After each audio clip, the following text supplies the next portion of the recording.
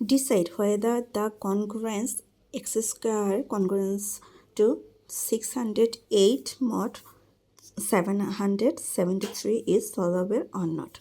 আমাদের এই অসমতাটির যদি মান বের হয় 1 তাহলে এটা সলভেবল হবে, যদি এটার মান -1 বের হয় সেক্ষেত্রে নন সলভেবল হবে। তো চলুন দেখি আমাদের মান কি আসে, আমাদের ভ্যালু বের করতে হবে।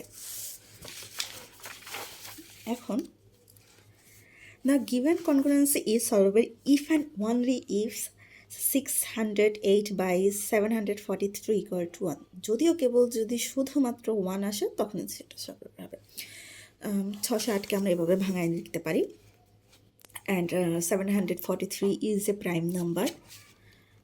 তো নাও এখন আমাদের আমরা এই 708 by 608 by 743কে আমরা এভাবে লিখতে পারি।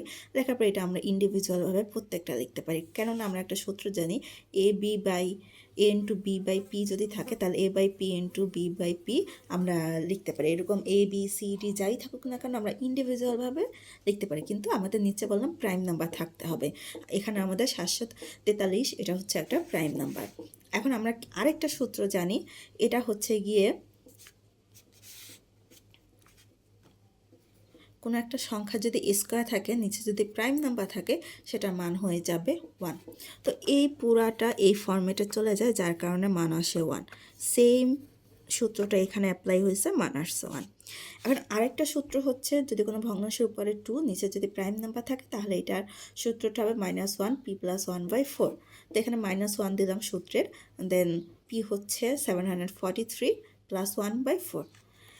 এখন এখানে দেখেন 19 এবং 743 উভয়কে যদি 4 দ্বারা ভাগ করা হয় সব ক্ষেত্রেই 3 অবশিষ্ট থাকে।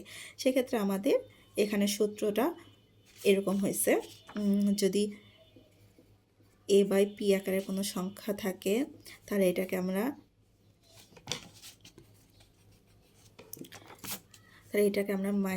-p/a আকারে লিখতে পারি।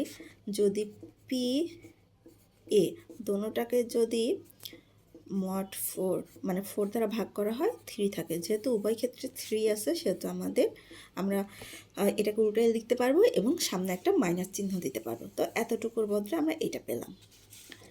এরপরে এই 1 পূরণ করলে তো 1ই হয়ে যায়, এখানে আমরা পাই -1 186। এরপর 743কে যখন আমরা 19 দিয়ে ভাগ করব তখন আমাদের 2 অবশিষ্ট থাকে। এই যে 743কে আমরা 19 দ্বারা ভাগ করার পরে 2 অবশিষ্ট থাকে। এরপর এখানে এটা আবার সূত্র চাই, সূত্রটা হয়েছে p/2 = -1 to the power p + 1/4। এখানে যে আমরা সূত্রটা অ্যাপ্লাই করছি সেম সূত্রটা আমরা এখানে অ্যাপ্লাই করব। আর এখানে -1-এর উপর জোড় সংখ্যক পাওয়ার থাকার কারণে এটা পজিটিভ 1 হয়ে গেছে, +1 হয়েছে। এখন এখানের মাইনাসটা মাইনাস এবং এই এতটুকু সূত্রের জন্য -1 p + 1/4 এটা আমরা লিখতে পারি। এখন এই মাইনাস দেন -1 এই পাওয়ারটা আসে যেরকম 19 + 1 হচ্ছে 20, 20কে 4 দ্বারা ভাগ করলে 5 থাকে। যেহেতু 1-এর উপর বিজোড় সংখ্যক পাওয়ার আছে সেহেতু -1 রয়ে যাবে। তো মাইনাস মাইনাসে প্লাস হয়ে গেছে, থেকে গেল আমাদের 1। Hence the congruence x² congruence 608 mod 743 is solvable.